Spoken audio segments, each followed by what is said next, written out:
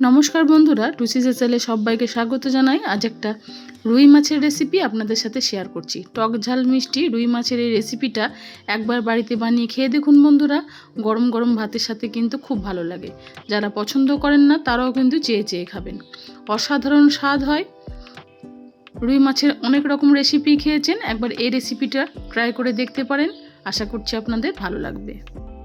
আজকের এই রেসিপি তৈরি করার জন্য প্রথমে একটা ভাজা মশলা তৈরি করে নিচ্ছি। গ্যাস ওভেনে একটা কড়াই বসিয়ে দিয়ে এখানে কোয়ার্টার স্পুনের থেকেও কম দিয়েছি মেথি, অবশ্যই ব্যবহার করবেন। দিলাম 1 টিস্পুন ভর্তি করে মৌরি, সেই সঙ্গে দিয়ে দিচ্ছি এখানে হাফ টিস্পুন মতো জিরে।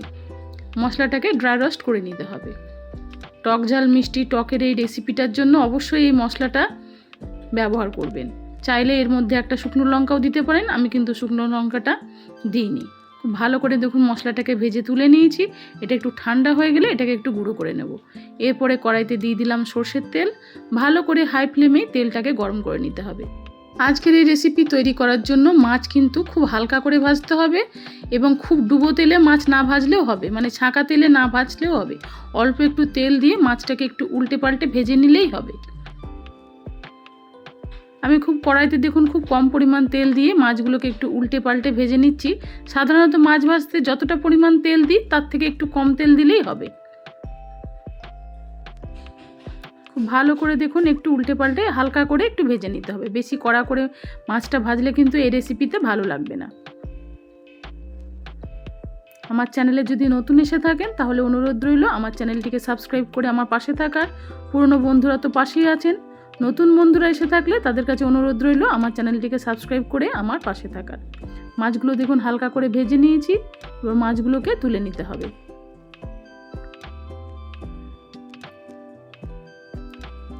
আরও একবার আমি মাছগুলো ভেজে নিচ্ছি। প্রথমে 3 পিস ভেজে নিয়েছি, পরে আরও 2 পিস দেখুন ভেজে নিচ্ছি। সব মাছগুলো খুব ভালোভাবে দেখুন ভাজা হয়ে গেছে। এবার মাছগুলোকে তুলে নিয়েছি। এবার ওই তেলের মধ্যে আরও কিছুটা সামান্য পরিমাণে একটু তেল দিচ্ছি। খুব বেশি তেল লাগবে না, অল্প একটু তেল দিলেই হবে। এরপরে ফোড়নে দিয়ে দিচ্ছি কালো জিরে। খুব সামান্য পরিমাণে একটু কালো জিরে দিয়েছি। এবারে দিয়ে দিলাম দেখুন কাঁচা লঙ্কা, 3-4টে কাঁচা লঙ্কা একটু চিড়ে দিয়েছি। আর সেই সঙ্গে দিয়েছি একটা মিডিয়াম সাইজে পেঁয়াজ কুচি, একটু লম্বা করে পাতলা করে দেখুন কেটেছি। খুব ভালো করে পেঁয়াজটাকে ভাজতে হবে, একদম মুচমুচে করে যেন পেঁয়াজটা ভাজা হয় রেসিপিতে, তাহলে রেসিপিটা খেতে খুব ভালো লাগবে। 2-2.5 মিনিট ধরে পেঁয়াজটাকে মিডিয়াম হিটে আমি খুব ভালো করে দেখুন ভেজে নিয়েছি। এই সময় পেঁয়াজের মধ্যে কোনো মশলা দেওয়ার কোনো প্রয়োজন নেই, শুধু উল্টে পাল্টে একটু ভেজে নিতে হবে যেন পুড়ে না যায়, সেটা একটু খেয়াল রাখবেন, তাহলেই হবে। এরপরে দেখুন আমি আগের থেকে একটু তেঁতুল ভিজিয়ে রেখেছিলাম। এরপর তেঁতুলের একটু জল আমি দিয়ে দিয়েছি পেঁয়াজের মধ্যে। আমি এখানে পুরনো তেঁতুলটা ব্যবহার করছি এই রেসিপিতে। পুরনো তেঁতুলটা ব্যবহার করলে খেতে কিন্তু টকটা বেশ ভালো হয়। যদি পুরনো তেঁতুল না থাকে সেক্ষেত্রে নতুন তেঁতুল ব্যবহার করতে পারেন, সেক্ষেত্রে কিন্তু লবণ আর চিনির পরিমাণটা একটু বেশি লাগবে। কিন্তু সাধারণত এই সব রেসিপি যদি 2-3 বছরের পুরনো তেঁতুল হয় বন্ধুরা, তাহলে কিন্তু খেতে অপূর্ব স্বাদ হয়। পরিমাণ মতো জল দিয়ে দিলাম পরিমাণ মতো এবার লবণ। যেহেতু তেঁতুল দিয়ে রেসিপিটা তৈরি করছি, লবণ সাধারণত একটু বেশি লাগবে অন্যান্য রান্নার থেকে। আর দিলাম একটু পরিমাণ মতো হলুদ গুঁড়ো।